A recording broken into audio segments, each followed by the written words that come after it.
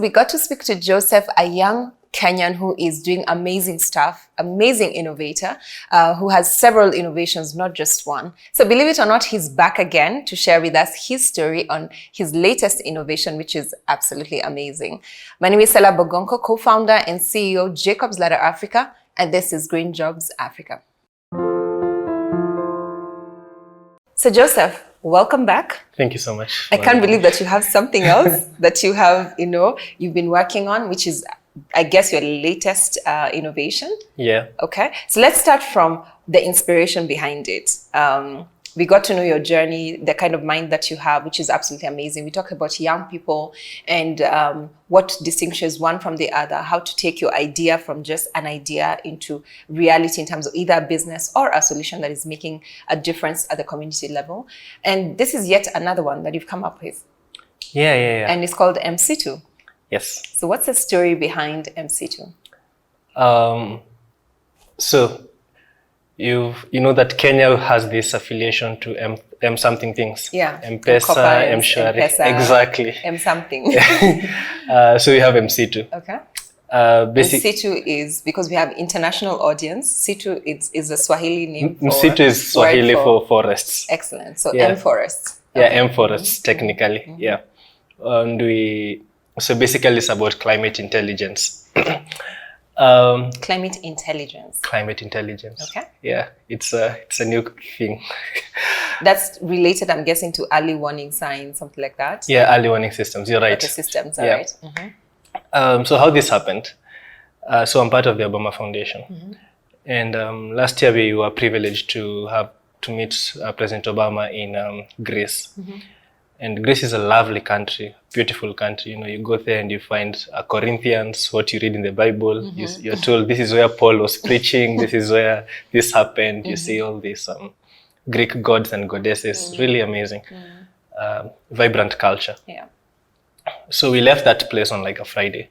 And then over that weekend on the Sunday, they closed down most places in the country because of the heat wave. And then there were forest fires starting all over. And so we were in Kenya, and all the friends that I had made back in Greece were like, hey, you guys knew something that these fires were coming, that's why you left early and all that. It was really sad for them because they were having to move their homes, moving their properties, and some even had some of their properties being burnt down by these forest fires. So I came back and was talking to a friend of mine. His name is Sam Okemwa. He's my co-founder. Your co-founder in the other... Yeah, in MC2. Yeah. Oh, in MC2. Okay. Yeah. And I was telling him, Greece is a really good country and everything, but then see what my friends are telling me about the forest fires. And what if we had like a technology where we could have told them that these forest fires are going to come before they came, and they had like a really good chance of like moving or doing some other things or even preventing the fire from spreading. That's how it started. Yeah. Okay. So you then developed the product. What is it? Is it an app? Is it what is it? What is MC2? So MC2, basically the idea behind MC2 is to use artificial intelligence, AI, as an early warning system for wildfires, illegal logging, that's deforestation, and charcoal burning, which are like the three biggest threats facing our forests globally. So the idea behind it is that we have these devices that we place inside forests, and they are able to scan several meters to kilometers of the forest in terms of radius. And you have this AI inside that gives you real-time analysis of what's happening in the forest. And in case a threat is detected, it sends data to cloud, and then to your phone is a text telling you that at a certain location, someone's about to cut a tree. So how can you tell the difference between logging and a bear or an animal in the forest? Yeah, that's the sweet thing about AI, because we've been able to train the devices. There's something called machine learning to differentiate between a car that's passing, the sound of an antelope or something, and a power saw. So the moment you hit up your power saw and that's that sound, then this device is able to pick up that particular sound. So in this context, it sends the message to the wardens or? Yes. Okay. So in this case, so we are working together with the Kenya Forest Service, the Kenya Forest Research Institute, that's KEFRI, and other government institutions. So once we have these threats identified, then the text goes to these forest rangers, telling them that there is a probability of a forest fire happening, or there is a logging incident that's about to occur at a certain location. So they can either go, or they can deploy drones if it's inside the thicket and the forest where someone can't access. They can deploy drones to go and check what's happening. Have you tested this? Have you tested this product? Yes, we have, together with the Kenya Forest Service. We've deployed, we did the testings from Karura Forest here in Nairobi CBD. And now we are deploying the other pilot plant in Ngong Forest, Ololua, and in the Goto Forest here in Nairobi, here in Kenya. Wow. Yeah. I know you said in a previous episode that you studied engineering, and I'm guessing it's more, based on what you were producing, it's more mechanical or something like that. What engineering did you study? Civil and environmental. Okay. Then I specialized in water. Anyway, you say that you don't limit yourself to what you studied. Yeah. So how did you end up getting the skills required? Because AI is an emerging space. How did you end up getting the skills required for you to develop something that is so relevant? And one would now think, well, how come we've not had something like this, all this while? That it took you and your co-founder, Sam, to be able to develop it. Like, how did you get the skills, or how did you build it? Again, as I mentioned before in the other episode, it's really hard for you to learn everything. You can't learn all the skills. So you get someone who's like really, really good on coding. Tell them, this is what I want you to do. Get someone who's like really good on IoT. Tell them, I need these sensors to work this way and this way and this way. Get someone who's like really good on the back end software of it. Tell them, this is what's happening. Someone who's like really good on the networking of these sensors. Not networking in the other. Yes. The networking of everything, to make sure that they are well sending signals. Another one who's like really good on power, so that if because they're running on solar systems, so that the solar system is adequate and capable to power the whole machine. And did you raise funding for this, or did you fund it yourself? Because all these people need to be paid. You need to buy the prototype. You need to build the prototype. You need to buy and replicate them. How did you fund the project? Again, you have this thing. The first funding always comes from friends, fools, and family. Okay. So in this case, not family. We didn't have fools. Okay. Or probably we were the fools. So we put in some bit of money to it. Not so much, but from a little bit from what I have and from what Sam has and everything. And we were able to get this team to do this, and able to like tell them, guys, so we are doing this. We don't know if it will work, but if it works, we are going to potentially sell it this much and this much and this much. If we get like a lot of money, we're going to like give you all this money. So you sell to them the vision, and people are willing to always come along.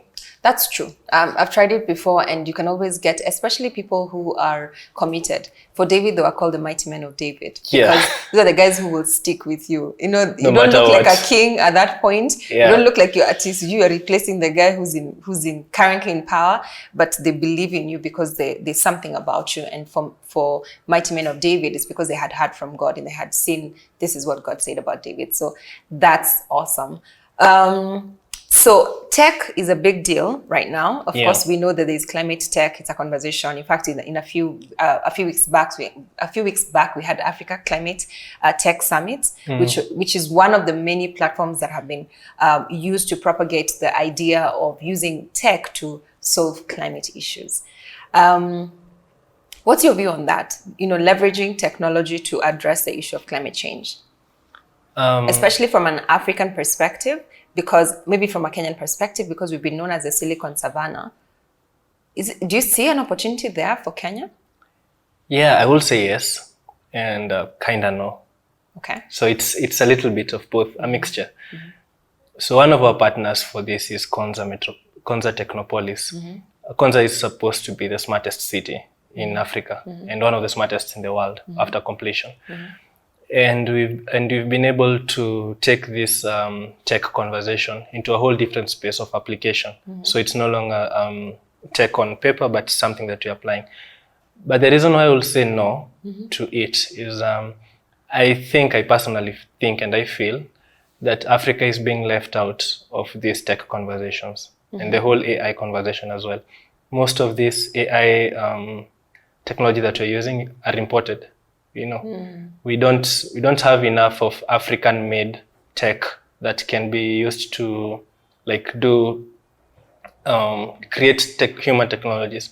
For example, I was speaking to one of the crews here and I was telling them we have this transcribing technologies from AI, but they don't understand our African English. Or accent, actually. Yeah, or accent, yeah. And you find that some AI platforms have also been accused of racism because of the responses that they're giving us. Yeah. But if we had this tech being made by Africans for Africans, it will be different. Go to any or most of these AI platforms, ask them to create an image of a school-going child in Europe.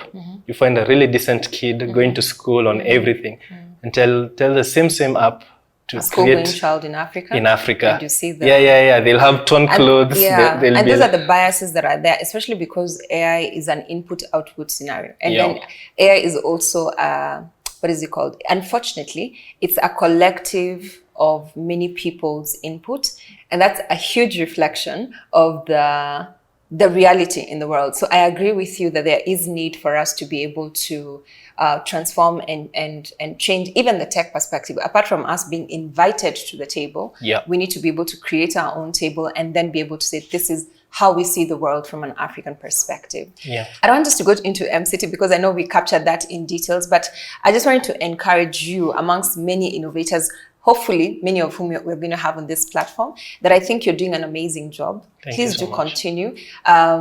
And as you're doing that, find ways of inspiring young people. I know that from this platform, you will get a lot of questions. You'll probably get a lot of young people reaching out to you. Help them whichever way you can, because you are definitely an inspiration, and hopefully we can get many more of your likes. Thank you so much. in Africa. Imagine if we had a bit more like you, we'll definitely be heading somewhere as a country. So congratulations on your launch of MC2. Thank you so much. We are so proud of you, and we know that this is just one of the many things that you will do. And we hope that your technology will not just be recognized globally, but it will make a difference in Africa. Thank you so much. Again, it's amazing to hear real life stories of young people that are doing not just work that is theoretical, changing just a small aspect of their community, but an actual impactful solution that's being recognized globally. We discussed HirePack in a previous episode, but today we discussed MC2 with Joseph. The same person, imagine, how can all these ideas reside in the same person? For me, it just goes to say that all of us are gifted in one way or the other. I love that he spoke that for him, it's a question of grace and favor that has distinguished him. But I also believe that there are many more of us that have the same grace and favor. You just have to be bold enough to take it on. Thank you for hanging out with me. Again, if you have questions, I know that many of you have asked about climate and tech. We'll try to get you more young people and more people who are creating jobs in the green space using climate tech on this platform, and hope that you will continue to be inspired and also engage and do something wherever you are. My name is Stella Bogonko, co-founder and CEO, Jacobs Ladder Africa, and this is Green Jobs Africa.